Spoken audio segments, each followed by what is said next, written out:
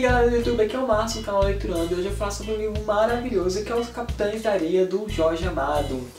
Aí gente, lendo aqui a orelha do livro, eu descobri que na época que esse livro aqui foi publicado, que foi em 1937, ele causou muita polêmica, tanto que vários exemplares desse livro aqui foram queimados pela polícia em praça pública.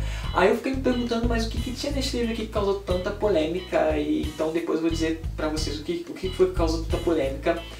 Mas enfim gente, essa edição aqui da Companhia das Letras, ela é bem bacana porque ela traz uns extras, como ela fala um pouquinho da história do autor, né, do Jorge Amado, traz algumas gravuras, né, aqui o desenho do autor, aqui a foto da primeira edição, né, do livro. E também, uma coisa que eu achei bem legal também é isso aqui, são as edições do livro publicadas em outros países. E a que eu mais gostei foi a edição do Japão. Tá bem aqui, eu achei bem bacana. Então, essa história aqui ela se passa na década de 30, na cidade de Salvador. E aqui o Jorge Amado chama a cidade carinhosamente de Cidade da Bahia. Eu adorei como ele se refere à cidade. E aqui a gente vai conhecer um grupo de meninos, de crianças aí pela idade por volta entre os 8 anos, 9 anos, até no máximo 15, 16 anos. E todos eles fazem parte de um grupo chamado Capitães da Areia. É um grupo aí formado por mais de 100 crianças e todas elas ou são crianças órfãs ou são crianças abandonadas que se juntaram e formaram este grupo. E os Capitães aqui da Areia, eles vivem num velho trapiche abandonado. E trapiche, gente, é aquela ponte que avança pelo mar. Ele serve como atracadouro para pequenos barcos. E pelo que eu entendi aqui na história, tem um casarão ali nesse trapiche também. Então elas vivem nesse casarão escondidas. E os Capitães da Areia é o grande terror aqui dos moradores da cidade da Bahia, de Salvador, porque eles roubam, eles invadem as casas das pessoas e roubam os pertences. Então é dessa forma que eles sobrevivem. E os moradores veem essas crianças apenas como ladrões, delinquentes, vagabundos e só isso, nada mais. Ninguém quer realmente ajudá-las, né? Fazer alguma coisa por essas crianças. Tanto se vocês repararem nas primeiras páginas do livro, né, traz uma notícia aqui de jornal aqui da história. E no título dessa notícia está assim, crianças ladronas. E essa notícia que detona essas crianças, né, falam mal. Para esses moradores, gente, eles querem literalmente meter essas crianças num reformatório e só isso. E pronto. Mas o que o Jorge Amado vai fazer? Ele vai colocar a gente na pele dessas crianças e a gente vai ver tudo isso a partir do ponto de vista delas, e a gente vai até entender por que elas roubam, e no final do livro vocês vão concordar que realmente a sociedade que ela tem um pouco de culpa sim por causa dessas crianças. Mas por que esse livro causou tanta polêmica na época? Porque essas crianças e adolescentes, pela situação no qual eles se encontram, eles levam uma vida como se fossem adultos, então eles fazem coisas de adultos, né? Eles perderam um pouco a sua inocência, né? As crianças aqui perderam um pouco da sua inocência, os adolescentes também.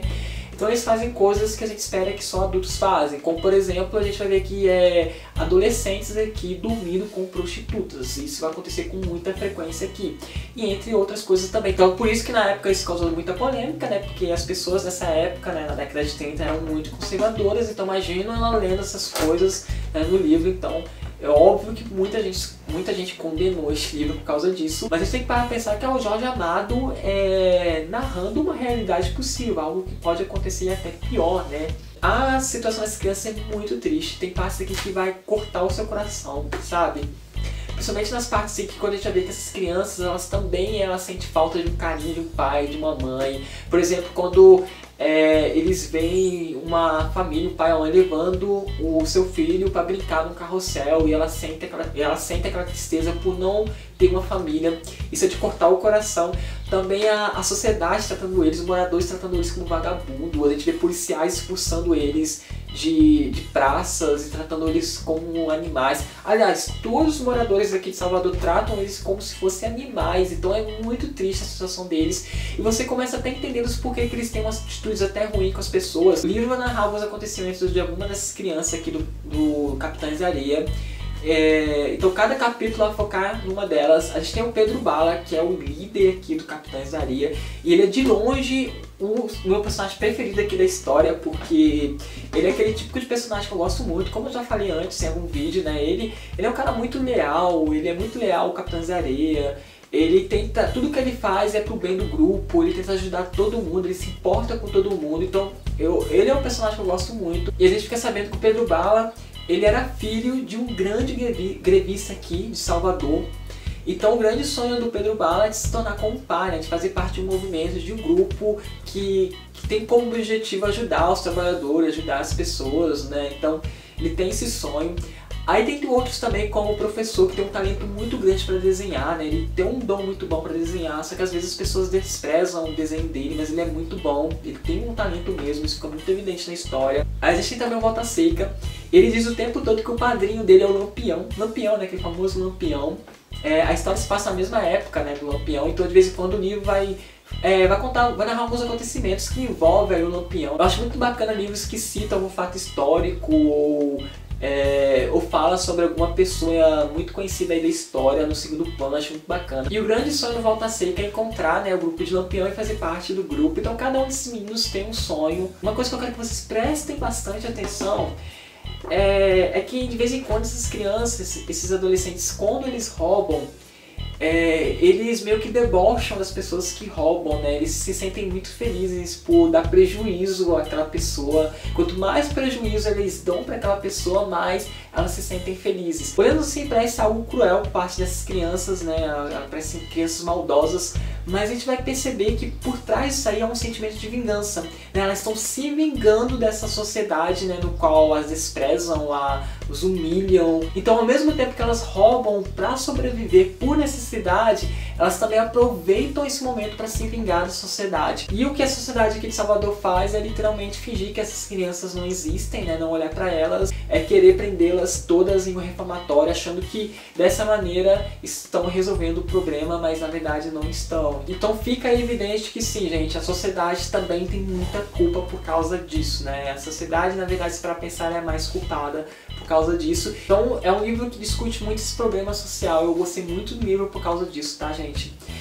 E então, gente, as duas únicas pessoas que realmente ajudam essas crianças assim de forma sincera, de forma de querer ajudá-las mesmo, é um padre e uma mãe de santo. E uma coisa muito legal desse padre é que ele não tenta impor a religião para essas crianças, ele não vai lá e fica acusando elas de pecado, né? O que elas estão fazendo é pecado e coisas desse tipo. Não, o que ele faz é tentar ser amigo mesmo dessas crianças, sem meter religião no meio nem nada. E ele consegue conquistar a confiança dessas crianças. E de vez em quando ele fica triste, porque ele acha que não está conseguindo ajudar de fato essas crianças. E de vez em quando também ele quebra algumas regrinhas da igreja para ajudá-las, não tem? Ele se sente meio culpado por causa disso. São regrinhas bobas, assim, nada demais, mas mesmo assim ele se sente um pouco culpado por quebrá-las, né? E às vezes ele fica se perguntando, será que ele realmente está conseguindo ajudar essas crianças? E, gente, leiam o livro que vocês vão descobrir, né, se ele realmente conseguiu fazer alguma coisa por essas crianças, tá? E vai ser bem bacana, vai ser uma surpresa aí. E vai ter umas consequências também para esse padre também. Então, gente, num determinado momento aqui da história, eu acho que não vai ser spoiler dizer, mas uma garota, né, uma garota que acaba de se tornar órfã, né, os pais dela morreram por causa da varíola, entra para esse grupo Capitães da Areia. Até então esse grupo era formado só por meninos, então essa menina entra para esse grupo e vai acontecer, o livro vai se aprofundar mais, tá? Acho que vai ficar mais tocante, vai mexer mais, tá? E o livro então vai narrar o destino de cada uma dessas crianças, tá? O que vai acontecer com elas, será que elas vão se dar bem, será que elas vão sair dessa? Vocês vão ter que ler o livro, porque eu não vou falar nada mais a respeito desse livro, porque é um livro incrível, eu quero que vocês leiam. É um clássico brasileiro incrível e merece ser lido sim, tá, gente? Então é isso, espero que vocês tenham gostado do vídeo. Se vocês gostaram, dê um joinha aí pra ajudar. Até o próximo vídeo, tchau pra vocês!